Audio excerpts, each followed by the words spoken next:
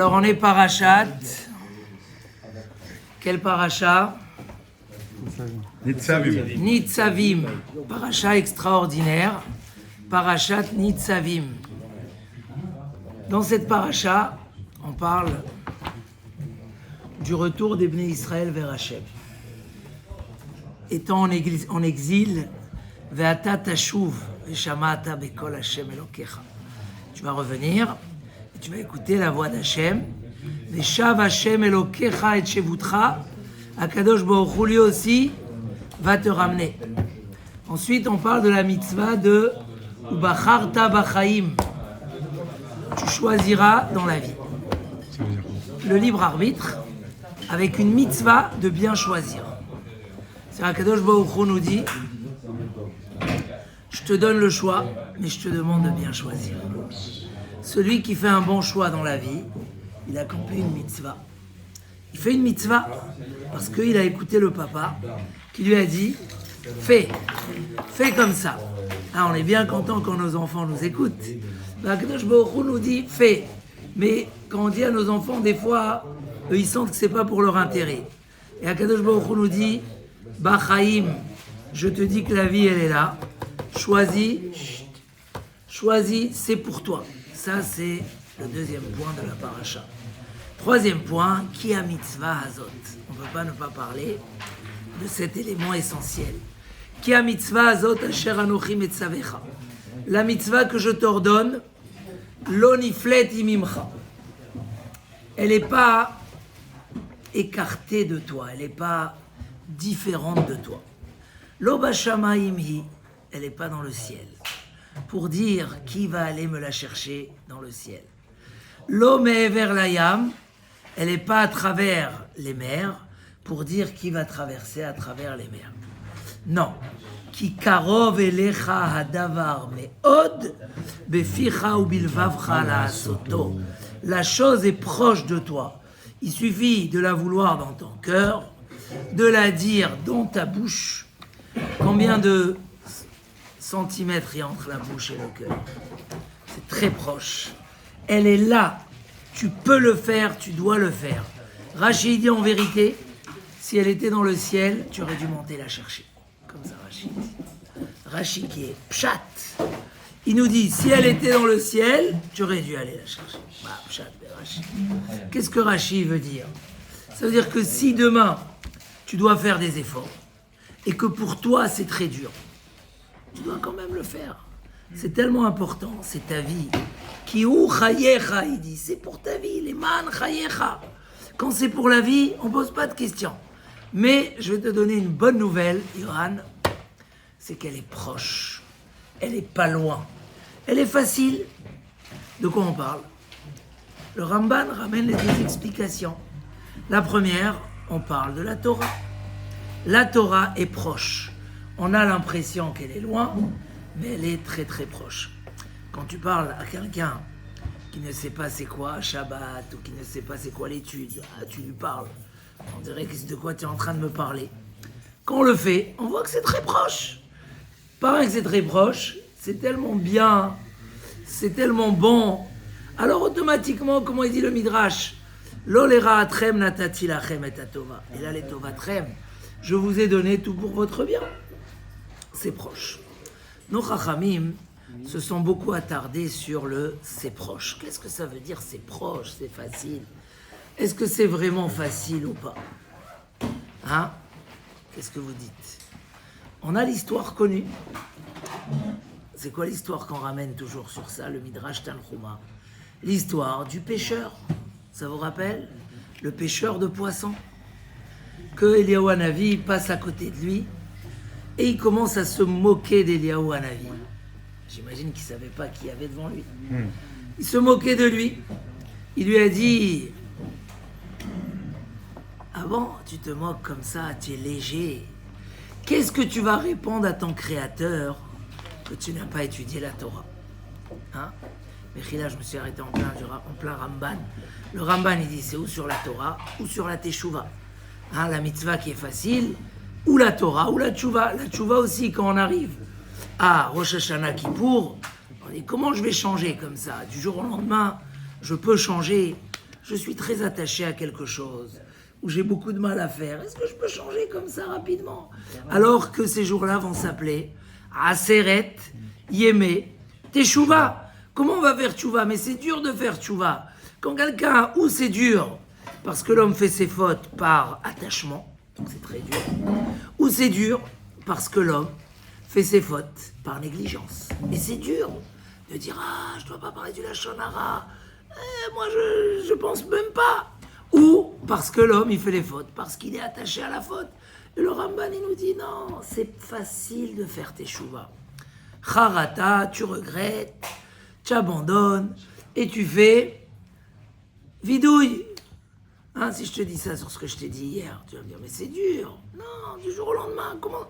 Ma pchat, c'est facile. Alors on a l'histoire du pêcheur. Et Léo Hanavi lui a dit, quand tu vas arriver au ciel, et ils vont te dire pourquoi tu n'as pas étudié la Torah, qu'est-ce que tu vas répondre? Hein? Comme ça, tu parles à un pêcheur qui est en train de s'amuser, se moquer des gens? Oui. Amène-le tout de suite à la vérité, à la raison. L'autre, il lui a dit, moi, j'ai déjà ma réponse. Je ne suis pas un intello. Nekuda. Je suis un brel. Chochma ou bina lo natnu li mina shamayim. Ils m'ont pas donné de sagesse. Ah, ils t'ont pas donné de sagesse. Dis, comment tu pêches des poissons? Ah, comment je pêche des poissons? Je mets la canne, je fais des filets, c'est moi qui crée les filets, c'est moi qui attache. Il dit, comment? Pour les poissons, que c'est tellement dur, ils t'ont donné de la sagesse. Tu me dis que pour la Torah, qui est tellement facile, on t'a pas donné de la sagesse. Comment c'est possible? Hein? L'autre, il a commencé à pleurer. Il a dit, c'est vrai. Je me cache trop derrière les prétextes. Pendant des années, chaque fois que j'avais des regrets, chaque fois qu'arrivait Rosh Hashanah Kippour, qu'est-ce que je me disais? Moi, je suis dispensé du ciel. Ils m'ont fait les kiou, je suis à moins 10. L'onatnolé, qu'est-ce que je peux faire? Hein? Et maintenant, tu m'as cassé toutes mes réponses. Je n'ai plus d'excuses. Quand j'ai des regrets, je ne sais plus quoi dire. Si je sais faire des poissons, comment je... Hein? Alors, un grand rabbin a posé la question, mais quand même, pas sûr que... Parce que l'autre, il a pleuré, et Eliyahu Hanavi l'a consolé, il lui a dit, ne t'inquiète pas, il y a beaucoup de gens comme toi dans le monde qui ont des excuses. Mais Hachem, il va leur montrer que c'est pas vrai, les excuses. Tu sais très très bien te débrouiller, tu es très très capable. Quand tu as envie, regarde ce que tu fais. Regarde comment tu renverses le monde. Hein, quand tu l'as envie, tu peux. Arrête, les excuses ne sont faux. Surtout, qu'est-ce qui casse tous les excuses? C'est que la Torah, elle a écrit que c'est facile. La Torah, elle ment pas. C'est marqué que c'est entre ta bouche et ton cœur. Alors il a demandé Rav Ezrahi, mais je comprends pas. C'est quand même pas... Ok, la Torah, elle écrit que c'est facile, mais nous, on sait que c'est dur. C'est-à-dire, pêcher des poissons, c'est dur, mais une fois que tu t'y mets, tu t'y mets. Mais étudier le chasse avec Rébio ici, maintenant commencer Seder Kochim, c'est dur Seder Kochim. Étudier des sujets, tous les jours s'asseoir, faire sa paracha, et c'est pas facile. Vous êtes là aujourd'hui, c'est facile. Ça y est, vous êtes habitués, mais vous avez fait des efforts énormes. Comment tu peux dire que c'est facile? Alors lui, il a dit comme ça. Dans le Yalkut Shimoni, ils ont rajouté un passouk sur ça. Ki'u chayecha ve'orech yamecha. C'est ta vie et la longueur de tes jours. Pourquoi ils ont rajouté ce passouk sur cette histoire? Lui, il a donné une très belle explication. Il a dit qu'en vérité, Eliyahu Hanavi a cru que c'est un brel. Mais il lui a dit, regarde, même un brel, quand il doit manger, il trouve des solutions. Il se casse la tête. C'est comme il a dit Rashi. Elle n'est pas au ciel, mais si elle est, tu dois aller la chercher. Tu es un homme tellement bête que tu n'es pas capable de pêcher des poissons, ni faire des filets, la canne à pêche et le fil et l'hameçon. C'est impossible. Mais quoi? Quand tu te sens obligé, parce que c'est ta vie, tu le fais. Ben la Torah, c'est ta vie. Et si tu ressentais que c'est la vie, que sans ça on est vide, que sans ça on est emporté par le Yetzer Hara, que sans ça on manque de la lumière essentielle, on manque de tout. Si tu sentais que c'était la vie, tu aurais trouvé les capacités. Ça, c'est la réponse qu'il a donnée. Mais moi, j'ai pensé à la réponse suivante. On a ramené plusieurs fois cette histoire de Rabbi Elazar ben Dourdaya. Rabbi Elazar ben Dourdaya, pendant des années, il n'a pas fait tchouva. Il a fait tous les fautes au monde. Mais le jour où on lui a dit, tu perds ton Olam Haba, ça y est, en une seconde, il a fait une tchouva. En 1 heure, il est passé dans un autre monde. En 1 heure, on a dit, il a Chelek le Olam Haba. La voix, elle a dit, elle a même appelé Rabbi. Et Rabbeinu Akadosh, sur une 5, 6, 7, 8 histoires dans le chasse, quand il entendait les voix qui disaient un tel il a Olam Haba, il se mettait à pleurer. Il disait, oh là là, il y a qui achète son monde en 1 heure, et il y a celui qui a besoin de toute une vie pour l'acheter. Comme ça, chaque fois, Bacha Rabbi, la Gemara ramène après l'histoire, oh il va, et Rabbeinu Akadosh, il a pleuré, il a dit, oh là là. Et c'est toujours dérangeant ce pleur de Rabbeinu Akadosh. Oui, on est supposé acheter notre vie sur toute une vie. Le Olam Haba, c'est sur toute une vie. Ok, il y a une exception, quelqu'un qui a fait un raccourci. Ça manque pas de mérite et de respect à celui qui l'a fait toute sa vie. Chaque seconde, c'est un mérite. Qu'est-ce qu'il voulait dire dans ça? Et Rav Yerucham dit quelque chose d'extraordinaire.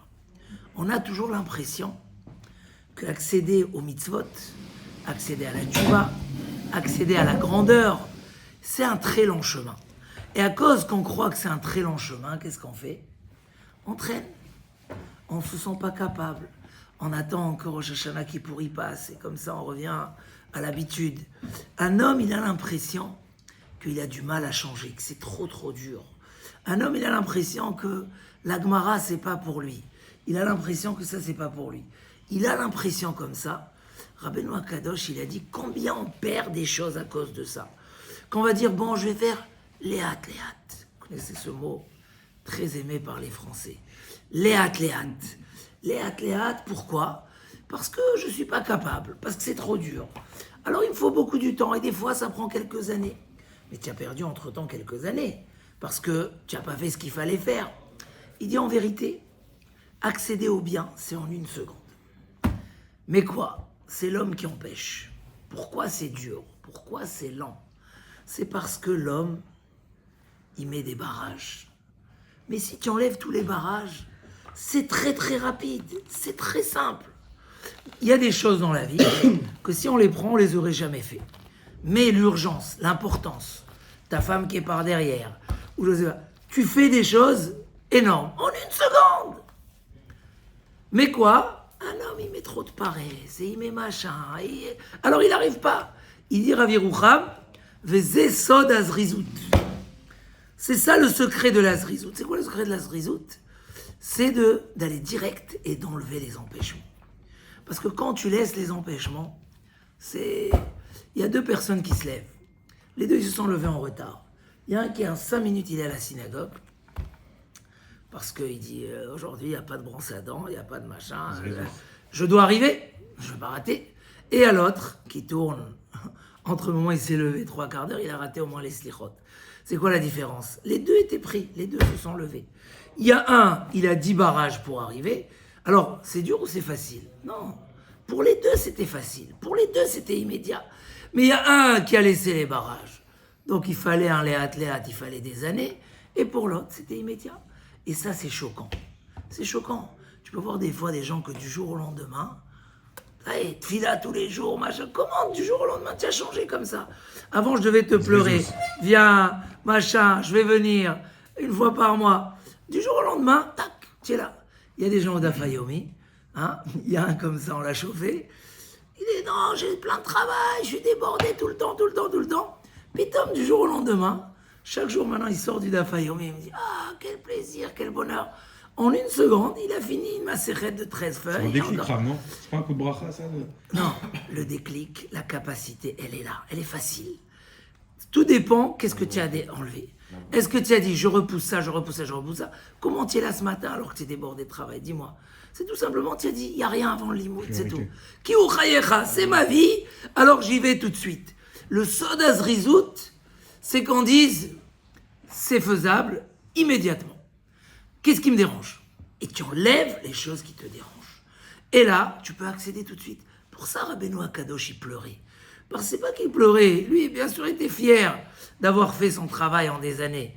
Parce que chaque année était riche. Et on ne peut pas en 1 heure rattraper ce qu'il a fait pendant toute sa vie. Jamais. Alors, il a Olam Haba, mais il n'a pas l'Olam Haba.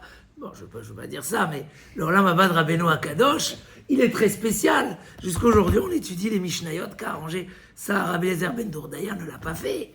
Il nous a pas donné les Mishnayot. Mais ce qu'il a pleuré, il dit Rav Yerucham, c'est pourquoi on perd tellement d'opportunités par le fait qu'on croit que c'est pas possible, parce qu'en fait, qu'on met des barrages, etc. Là, quand on arrive à la tchouva, chacun se réveille à la tchouva.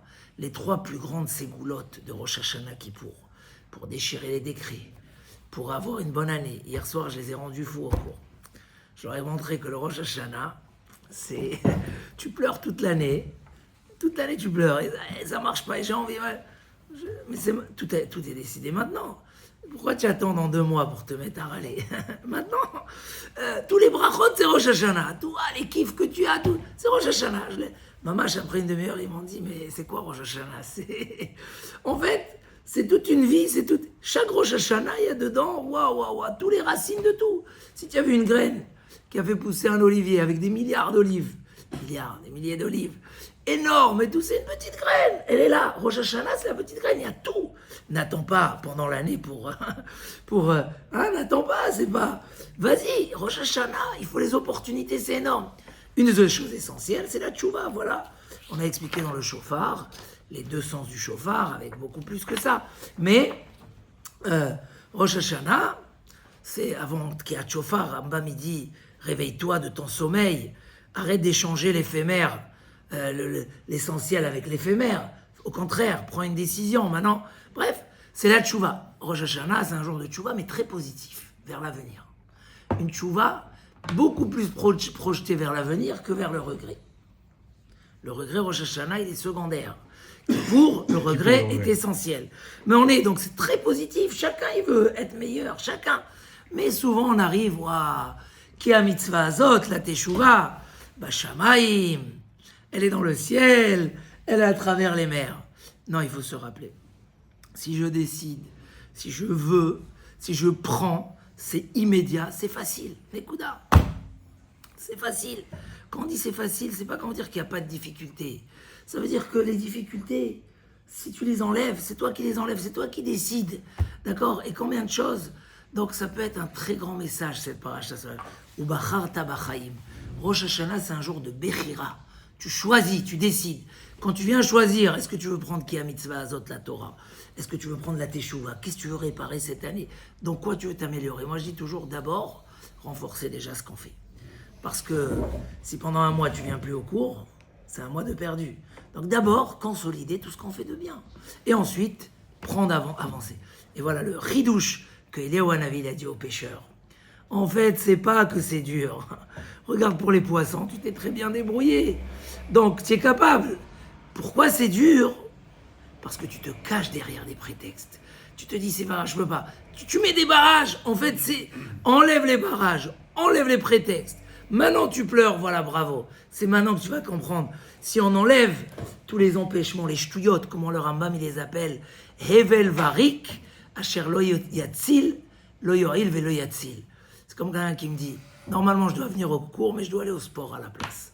Je lui dis, tu prends de la vanité, de l'éphémère, même si c'est important. Et tu le changes avec la vérité. Le Rambam, il dit, il faut arrêter de changer la vérité par des choses éphémères.